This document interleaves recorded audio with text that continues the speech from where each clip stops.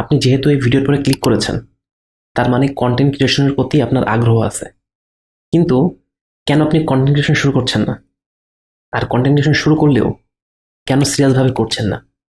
কেন আপনি ফেসবুকে বিনা কারণে স্ক্রল করে সময় নষ্ট করছেন? কেন আপনি মাসের পর মাস, বছরের পর বছর পিছিয়ে দিচ্ছেন নিজেকে? আপনি শুধু ওয়েট করেই যাচ্ছেন। কিন্তু এখানে ইকুইপমেন্টের কিন্তু কোনো সমস্যা নেই, সময়েরও কোনো সমস্যা নেই। কারণ একটা ফোন থাকলেই কন্টেন্ট ক্রিয়েশন শুরু করা যায়, আর হাতে 20 মিনিট সময় থাকলেই একটা ভিডিও রেকর্ড করে ফেলা যায়। তাহলে সমস্যাটা কোথায়? আপনি কোথায় আটকে আছেন? কোথাও কিন্তু কোনো সমস্যা নেই, তারপর আপনি আটকে আছেন কেন? কারণ আপনি শুরু করতে বিভিন্ন অজুহাত খুঁজছেন। আপনি ফেইল করার কথা ভাবছেন। আপনি ভাবছেন মানুষ আপনাকে দেখে হাসবে যদি ভিডিও ভালো না হয়। আপনি ভাবছেন আপনার সেলফ রেসপেক্ট চলে যাবে। কিন্তু সত্যিটা কি জানেন? আপনি কি করছেন এই বিষয়ে কিন্তু কারোর কোনো মাথা ব্যথা নেই। সবাই এত ব্যস্ত, আপনাকে নোটিশ করার সময় কিন্তু কারোর হাতে নেই। আপনার হয়তো মনে হয় সবাই আপনাকে জাজ করছে, আপনি যেন অন্য সবার গল্পের মেইন ক্যারেক্টার। কিন্তু বাস্তবে তা নয়। আপনি অবশ্যই মেইন ক্যারেক্টার, তবে সেটা আপনার নিজের জীবনের গল্পের। অন্যের জীবনের গল্পেও আপনি মেইন ক্যারেক্টার হতে পারবেন যদি আপনি নিজেকে সেই উচ্চতায় নিয়ে যেতে পারেন। তাহলে আপনি এখন কি করবেন? আপনি এখন শুরু করবেন কন্টেন্ট ক্রিয়েট করা। আপনি প্রথম দিকে ব্যর্থ হবেন, ভালো কন্টেন্ট বানাতে পারবেন না, এটা আপনি নিশ্চিতভাবেই ধরে নেন। প্রথম দিকে আপনার ভিউ আসবে না, এটাও আপনি নিশ্চিতভাবে ধরে নেন। আর প্রত্যেকটা ব্যর্থতাকে আপনি একটা ফিডব্যাক হিসাবে নেবেন। একটা কথা মনে রাখবেন, আপনি যখন ফেল করেন, আপনি যেই বিষয়ে ফেল করেছেন সেই বিষয়ে কিন্তু অনেক কিছু শিখে ফেলেন, যেগুলো পরে বিভিন্ন জায়গায় কাজে লাগে। আপনি চেষ্টা করবেন, ফেল করবেন, আবার চেষ্টা করবেন, আবার ফেল করবেন। এভাবেই একদিন আপনি সফল হবেন।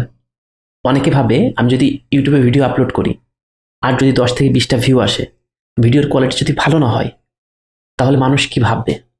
মানুষ হয়তো আমাকে নিয়ে মজা করবে। প্রথমে জেনে রাখুন, যে 10 থেকে 20টা ভিউ আসবে, যারা দেখবে তারা কেউই কিন্তু আপনার পরিচিত কেউ না।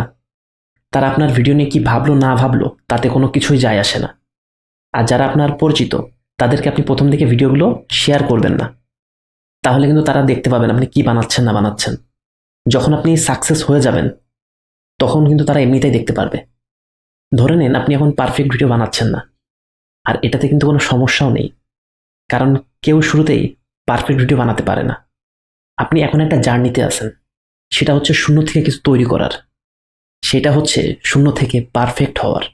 আর এই জার্নিতে আপনাকে সফল হতেই হবে। মনে রাখবেন, কনফিডেন্স আসে কিন্তু প্র্যাকটিস থেকে, পারফেকশনও আসে প্র্যাকটিস থেকে, আর সাফল্য আসে প্র্যাকটিস থেকে। সুতরাং আপনাকে প্রচুর পরিমাণে প্র্যাকটিস করে যেতে হবে।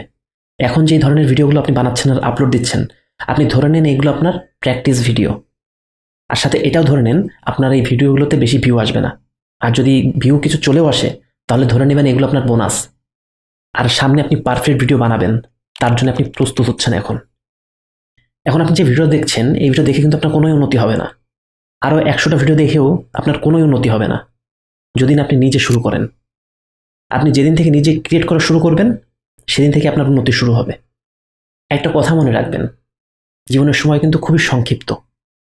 আর এই সংক্ষিপ্ত সময় অপেক্ষা করে নষ্ট করা যাবে না। সময়টাকে কাজে লাগাতে হবে, সবাইকে দেখাতে হবে আপনি তুচ্ছ কোনো বিষয় না।